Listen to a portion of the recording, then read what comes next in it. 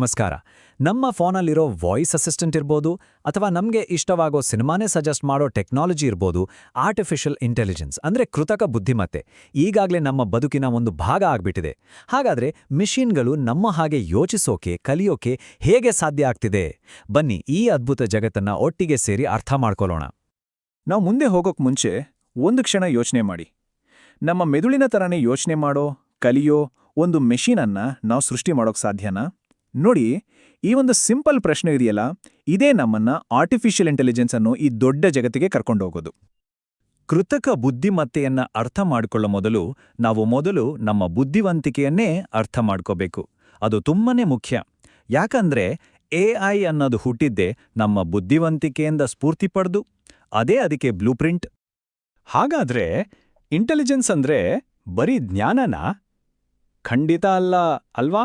ಅದು ನಾವು ಗಳಿಸಿದ ಜ್ಞಾನವನ್ನ ಬಳಸಿ ಸಮಸ್ಯೆ ಬಗೆಹರಿಸೋದು, ನಮ್ಮ ತಪ್ಪುಗಳಿಂದಾನೇ ಪಾಠ ಕಲಿಯೋದು, ಮತ್ತೆ ಬದಲಾಗೋ ಜಗತ್ತಿಗೆ ತಕ್ಕಂತೆ ನಮ್ಮನ್ನ ನಾವು ಬದಲಾಯಿಸ್ಕೊಳ್ಳೋದು. ಇದೊಂದು ಅದ್ಭುತವಾದ ಸಾಮರ್ಥ್ಯ. ಇದು ಹೇಗೆ ಕೆಲಸ ಮಾಡುತ್ತೆ ಅಂತ ನೋಡೋಣ ಬನ್ನಿ. ಈಗ ನೋಡಿ, ಒಂದು ಬಿಸಿ ಪಾತ್ರೆ ಮುಟ್ಟಿದಾಗ ಏನಾಗುತ್ತೆ? ಅದು ಬಿಸಿ ಇದೆ ಅಂತ ನಾವು ಮೊದಲು ಗ್ರಹಿಸ್ತೀವಿ. ಅದರಿಂದ ಸುಡುತ್ತೆ ಅಂತ ತರ್ಕ ಮಾಡ್ತೀವಿ. ಸೊ ಮುಂದಿನ ಸಾರಿ ಅದನ್ನ ಮುಟ್ಬಾರ್ದು ಅಂತ ಕಲ್ತೀವಿ. ಆಮೇಲೆ ಬಿಸಿ ಪಾತ್ರೆಗಳ ಬಗ್ಗೆ ಹೆಚ್ಚು ಜಾಗರೂಕರಾಗಿರ್ತೀವಿ, ಅಂದ್ರೆ ಹೊಂದಿಕೊಳ್ತೀವಿ. ನೋಡಿ, ಇದೇ ನಮ್ಮ ಬುದ್ಧಿವಂತಿಕೆಯ ಸರಳ ಸೂತ್ರ. ಸರಿ, ಈಗ ನಮ್ಮ ಬುದ್ಧಿವಂತಿಕೆಯ ಈ ಅಡಿಪಾಯದ ಮೇಲೆ ಕೃತಕ ಬುದ್ಧಿಮತ್ತೆ ಅಂದ್ರೆ ಎಐ ಹೇಗೆ ಕೆಲಸ ಮಾಡುತ್ತೆ ಮತ್ತು ನಮ್ಮ ಈ ಸಾಮರ್ಥ್ಯಗಳನ್ನ ನಾವು ಮಷೀನ್ಗಳಿಗೆ ಹೇಗೆ ಕೊಡ್ತಾ ಇದ್ದೀವಿ ಅನ್ನೋದನ್ನ ನೋಡೋಣ. ಇದು ನಾವು ಹೇಳಿದ ಕೆಲಸನೇ ಅಷ್ಟೇ ಮಾಡೋ ಒಂದು ರೋಬೋಟ್ ತರ ಅಲ್ಲ.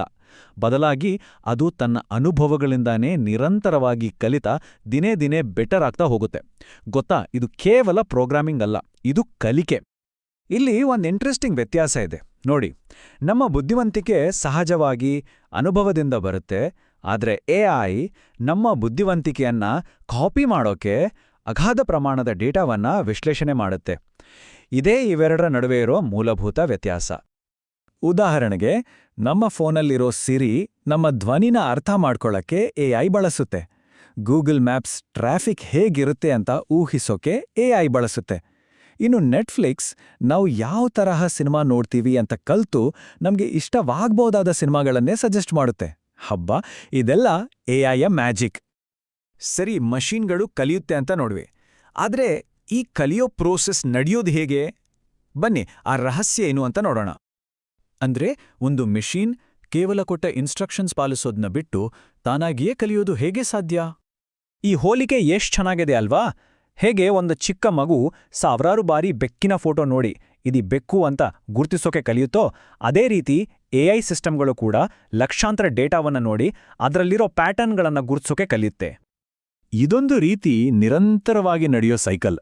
ಮೊದಲು ಮೆಷಿನ್ಗೆ ಕಲಿಯೋಕೆ ಬೇಕಾದ ಎಲ್ಲ ಇನ್ಫಾರ್ಮೇಷನ್ ಅಂದ್ರೆ ಡೇಟಾವನ್ನ ಕೊಡ್ತೀವಿ. ಆಮೇಲೆ ಆ ಡೇಟಾವನ್ನ ಬಳಸಿ ಅದಕ್ಕೆ ಟ್ರೈನಿಂಗ್ ಕೊಡ್ತೀವಿ. ಅದು ಸರಿಯಾಗಿ ಕಲ್ತಿದ್ಯಾ ಅಂತ ಟೆಸ್ಟ್ ಮಾಡ್ತೀವಿ. ಆಮೇಲೆ ಅದರ ತಪ್ಪುಗಳಿಂದಾನೇ ಪಾಠ ಕಲಿಯೋ ಹಾಗೆ ಮಾಡಿ ಅದನ್ನ ಇಂಪ್ರೂವ್ ಮಾಡ್ತಾನೇ ಇರ್ತೀವಿ. ಈ ಸಂಪೂರ್ಣ ಪ್ರಕ್ರಿಯೆಗೆ ನಾವು ಮಷೀನ್ ಲರ್ನಿಂಗ್ ಅಂತ ಕರಿತೀವಿ. ಸರಿ, ಈಗ ಮತ್ತೆ ನಾವು ಎಐ ನಮ್ಮ ಡೈಲಿ ಲೈಫ್ನಲ್ಲಿ ಹೇಗೆಲ್ಲ ಉಪಯೋಗಕ್ಕೆ ಬರ್ತಿದೆ ಅನ್ನೋದ್ರ ಕಡೆಗೆ ಗಮನ ಕೊಡೋಣ. ಈ ಟೆಕ್ನಾಲಜಿ ನಮ್ಮ ಜೀವನದಲ್ಲಿ ಹೇಗೆ ಹಾಸುಹೊಕ್ಕಾಗಿದೆ ಅಂತ ನೋಡೋಣ ಬನ್ನಿ. ಇದು ಬರೀ ನಮ್ಮ ಫೋನ್ಗಳಲ್ಲಿ ಮಾತ್ರ ಇಲ್ಲ. ನಾವು ಹಾಕೋ ಸ್ಮಾರ್ಟ್ ವಾಚ್ಗಳು ನಮ್ಮ ಹೆಲ್ತ್ ಮೇಲೆ ಕಣ್ಣಿಡುತ್ತೆ. ಸೆಲ್ಫ್ ಡ್ರೈವಿಂಗ್ ಕಾರ್ಗಳು ರಸ್ತೆಯನ್ನೇ ಗಮನಿಸುತ್ತೆ. ಅಷ್ಟೇ ಯಾಕೆ, ನಾವಾಡೋ ವಿಡಿಯೋ ಗೇಮ್ಸ್ನಲ್ಲಿ ಬರೋ ಕ್ಯಾರೆಕ್ಟರ್ಗಳು ಕೂಡ ಎಐಯಿಂದನೇ ಕಂಟ್ರೋಲ್ ಆಗೋದು. ನಿಜ ಹೇಳ್ಬೇಕಂದ್ರೆ ಎಐ ನಮ್ಮ ಸುತ್ತಮುತ್ತ ಎಲ್ಲೆಲ್ಲೂ ಇದೆ. ಎಐ ಅಪ್ಲಿಕೇಶನ್ಗಳಲ್ಲಿ ಒಂದಾದ ಬಹಳನೇ ಇಂಟ್ರೆಸ್ಟಿಂಗ್ ಆಗಿರೋ ಒಂದು ಫೀಲ್ಡ್ ಕಂಪ್ಯೂಟರ್ ವಿಷನ್ ಬಗ್ಗೆ ಸ್ವಲ್ಪ ಆಳವಾಗಿ ನೋಡೋಣ.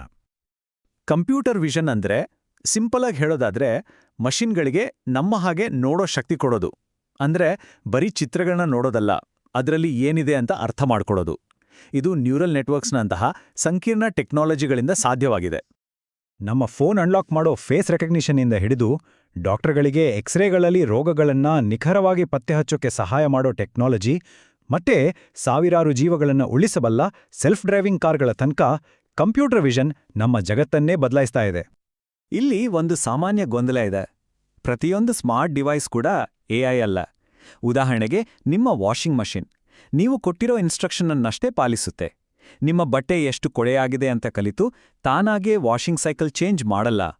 ಆದ್ರೆ ನಿಜವಾದ ಎಐ ಕಲಿಯುತ್ತೆ, ಹೊಂದಿಕೊಳ್ಳುತ್ತೆ, ಮತ್ತೆ ಕಾಲ ಕಳೆದಂತೆ ಇನ್ನೂ ಬೆಟರ್ ಆಗುತ್ತೆ. ಎಐ ಟೆಕ್ನಾಲಜಿ ಇಷ್ಟೆಲ್ಲ ಬೆಳೆತಿರೋವಾಗ ಅದರ ಜವಾಬ್ದಾರಿ ಮತ್ತೆ ಭವಿಷ್ಯದ ಪರಿಣಾಮಗಳ ಬಗ್ಗೆನೂ ನಾವು ಯೋಚನೆ ಮಾಡಬೇಕಾಗತ್ತೆ. ಇದು ನಮ್ಮ ಈ ಇವತ್ತಿನ ಚರ್ಚೆಯ ಅತ್ಯಂತ ನಿರ್ಣಾಯಕ ಭಾಗ. ಇಲ್ಲಿ ಒಂದು ದೊಡ್ಡ ಜವಾಬ್ದಾರಿ ಇದೆ. ಎಐಗೆ ನಾವು ಯಾವ ಥರದ ಡೇಟಾ ಕೊಡ್ತೀವೋ ಅದರಿಂದಾನೇ ಅದು ಕಲಿಯೋದು. ಅಂದ್ರೆ ಆ ಡೇಟಾ ಸರಿ ಇಲ್ಲ ಅಂದ್ರೆ ಎಐ ಕೊಡೋ ರಿಸಲ್ಟ್ ಕೂಡ ಸರಿ ಇರಲ್ಲ. ಇದೊಂದು ಮಗುವಿಗೆ ಕಲಿಸಿದ ಹಾಗೆ. ನಾವು ಏನನ್ನ ಕಲಿಸ್ತೀವೋ ಅದು ಅದನ್ನೇ ಕಲಿಯುತ್ತೆ. ಹಾಗಾದ್ರೆ ನಾವೇನ್ ಮಾಡ್ಬೇಕು? ಎಐ ಅನ್ನು ನ್ಯಾಯಯುತವಾಗಿ ಮತ್ತು ಪಾರದರ್ಶಕವಾಗಿ ಡೆವಲಪ್ ಮಾಡಬೇಕು. ಅದೇ ಸಮಯದಲ್ಲಿ ಕೆಲವು ಉದ್ಯೋಗಗಳು ಇಲ್ಲವಾಗಬಹುದು ಅನ್ನೋ ಸತ್ಯವನ್ನ ಒಪ್ಕೊಂಡು ಅದಕ್ಕೆ ಬೇಕಾದ ಹೊಸ ಸ್ಕಿಲ್ಸ್ಗಳನ್ನ ಕಲಿಯೋಕೆ ನಾವೆಲ್ಲರೂ ರೆಡಿಯಾಗಬೇಕು. ಈ ಮಾತಿದೆಯಲ್ಲ, ಇದು ಇಡೀ ಚರ್ಚೆಯ ಸಾರಾಂಶವನ್ನ ಎಷ್ಟು ಅದ್ಭುತವಾಗಿ ಹಿಡಿದಿಟ್ಟಿದೆ ನೋಡಿ. ಎಐಯನ್ನ ಕೇವಲ ಒಂದು ಟೂಲ್ ಆಗಿ ನೋಡದೆ ಅದರ ಜವಾಬ್ದಾರಿಯನ್ನು ಅರಿತುಕೊಳ್ಳೋದು ಭವಿಷ್ಯದ ದೃಷ್ಟಿಯಿಂದ ತುಂಬಾ ಅಗತ್ಯ. ಕೊನೆಯದಾಗಿ ಈ ಪ್ರಶ್ನೆ ನಮ್ಮೆಲ್ಲರಿಗೂ ಇದೆ. ಟೆಕ್ನಾಲಜಿ ನಮ್ಮ ಕೈಯಲ್ಲಿದೆ. ಹಾಗಾದ್ರೆ ನಾಳಿನ ಈ ಬುದ್ಧಿವಂತ ಜಗತ್ತನ್ನ ನಾವು ಮಾನವೀಯತೆಯ ಉಳಿತಿಗಾಗಿ ಜವಾಬ್ದಾರಿಯುತವಾಗಿ ಹೇಗೆ ರೂಪಿಸ್ತೀವಿ? ಇದು ನಮ್ಮ ಮುಂದಿರೋ ದೊಡ್ಡ ಸವಾಲು. ಯೋಚನೆ ಮಾಡಿ.